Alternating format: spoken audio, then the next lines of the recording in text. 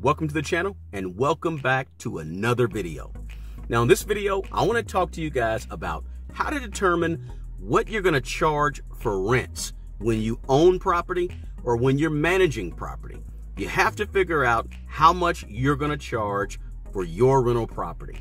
I've had two questions in the last couple of days, so I thought I would put together a quick video explaining how to determine what your rental property should rent for, what you should be charging for rent.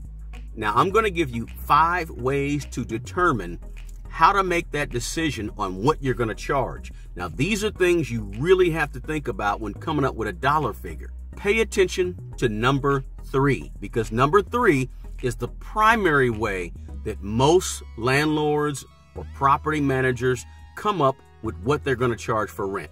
My name is Eric, and I write a blog over at smartmoneybro.com. When you get a moment, take a look at that blog and feel free to sign up so you can receive our latest blog post twice a month.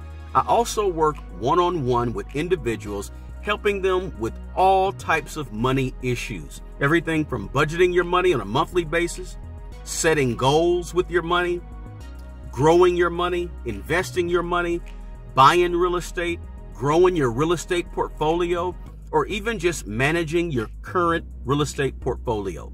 So if you're interested in that, I also give a free 15-minute phone conversation for anybody. You can find out how to get in touch with me in the notes below this video. But in this video, it's all about determining exactly how much you're going to charge for rents on your rental property. So I said I'm going to give you 5 things. Here they are. Number 1, the very first thing you have to do to help you determine what you're going to charge for your rents is you have to do your research. And when I say your research, I'm talking about the market where you're going to be renting your property. You have to know things like the city, what's taking place in the city, what's going on in the city. You have to know things about your planning and zoning, what's actually coming to the area where you're going to be renting your property. Is there going to be a new building built? Or are they tearing down buildings? Are they building new houses? Is there a new subdivision? Is there an old subdivision that's going away? These are the types of things you need to know in order to help you determine what you're going to charge for your property. You'll also want to know things like the crime stats. How is the crime in the area?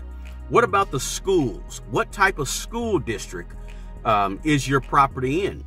One of the worst things is for somebody to go rent your property and say, how are the schools here? And you are so detached that you don't even know what the schools are and what the local high school is or the local middle school.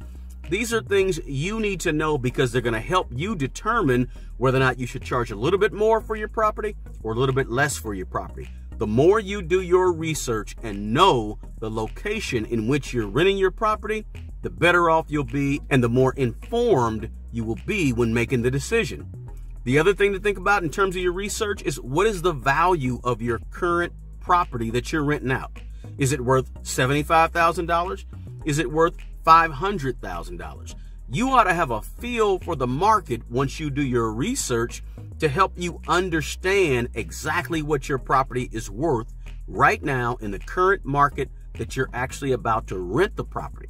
Knowing the home's value will help you determine what you should actually charge for rent. And finally, when it comes to doing your research, you want to have an idea, what are the average monthly utility prices for your property? What's the average monthly water bill? What's the average monthly electric bill? What's the average monthly gas bill? What does trash pickup cost, if it costs anything? These are all the things that you're going to find out about your rental property that you should know. And if you don't know, that's cool.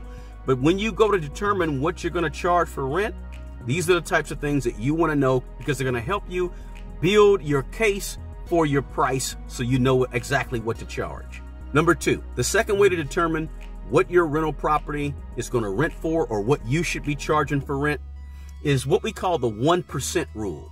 The 1% rule basically says this: whatever your home value is at the current time in the current market, you charge about 1% of that for your rent.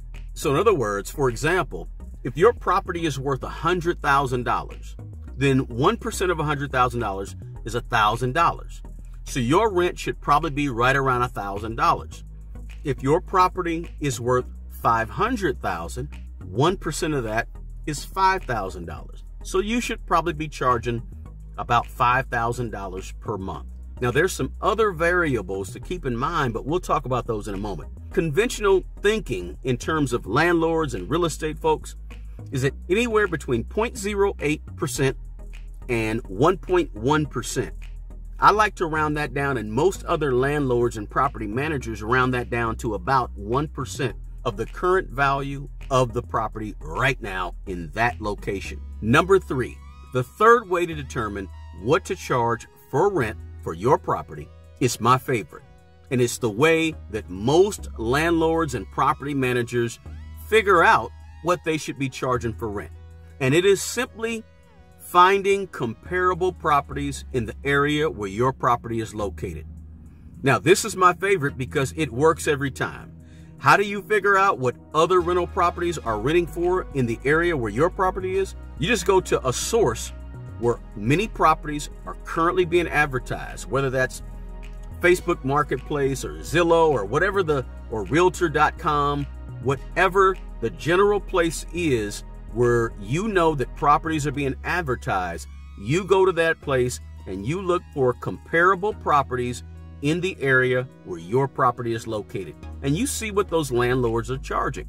So if you have a 3-bedroom, 2-bath home in a particular area, you would call up other landlords in that area and say, how much is your rent? Or you can go do the research and find out what they're actually renting them for without calling them up.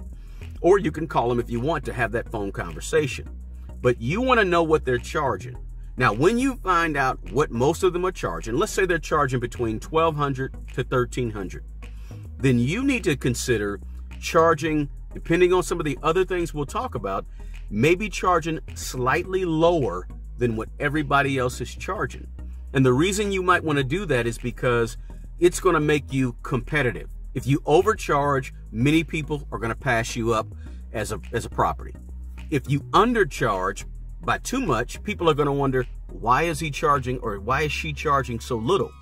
So just slightly below what the market is charging is always a good sweet spot to be at. But that's a decision you have to make. But like I said before, number 3 is my favorite. And it's the way that most of us figured out is we look to see what everyone else is charging that has similar amenities, similar location, similar bedrooms, bathrooms, similar size, etc. Once you figure that out, that will put you in that sweet spot to know what you should be charging for your rental property.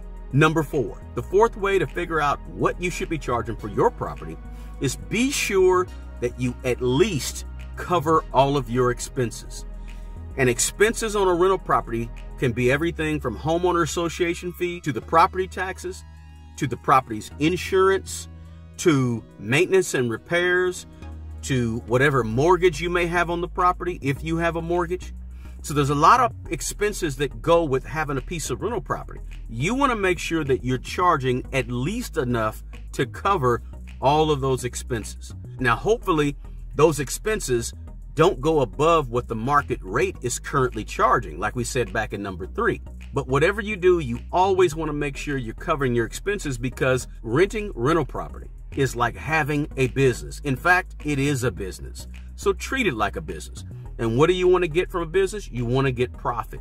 So you can't get profit if your expenses are more than what you're going to be bringing in for rent. Number 5, the fifth thing to consider is you have to make sure you're considering all of your amenities. If you have a pool in the property, if you have laundry facility or washer and dryer, if you have a fenced backyard, whatever it may be, you need to make sure that those things are considered as part of your amenities when you're actually renting out the property. So parking, ceiling fans in every room, whatever it may be. I don't know whether you're in Florida or you're way up north in Minnesota. Some of those amenities that people like in your area could be different, right? Are you right across the street from an elementary school? Are you right near a busy street? Because a lot of people don't like living near a busy street. the noise, the possibility of, their kids getting hit by a car. So you have to adjust your rents accordingly if your house faces a busy street. So these are all things that you got to consider with number 5 here. Think about not only the amenities, but all of the special circumstances surrounding your property. Those are the 5 things you have to consider when determining how much you're going to charge for rent. Just to recap, number 1, do your research. Know as much as possible about the market where your property is located. What's coming, what's going, the schools, what's taking place in terms of what's being built around the property, what's being torn down around the property, what's the general crime rates in the property. Know all of that stuff. Number 2, the 1% rule. Kind of a foolproof way of knowing what to charge. You charge for rent 1% of what the current market value is of the property. Again, if the property's worth $200,000, you charge $2,000 per month. If the property's worth $150,000, you charge $1,500 per month. Number 3, we said local rents. What are similar properties in the location where your property is located? What are they currently renting for? On number 4, we said make sure you're covering all your expenses. Number 5 was consider the amenities that you have. Not just the good amenities, but some of the bad parts too that you got to consider when renting your property. Maybe it's not the greatest location in the world. Maybe the crime rate is a little bit higher there, etc. Or maybe you live 2 doors down from a park, or there's a church right across the street. Whatever it may be, you figure that out. Those are my 5 things, 5 ways for you to determine exactly what you should charge for your rent. If you got anything at all out of this video, do me a favor, smash the like button and become a subscriber. We put out videos about twice a week, whether it's about money or whether it's about real estate. Listen, the best person to take care of the old you is the young you. Take care of yourself and take care of other people. Until the next video, peace.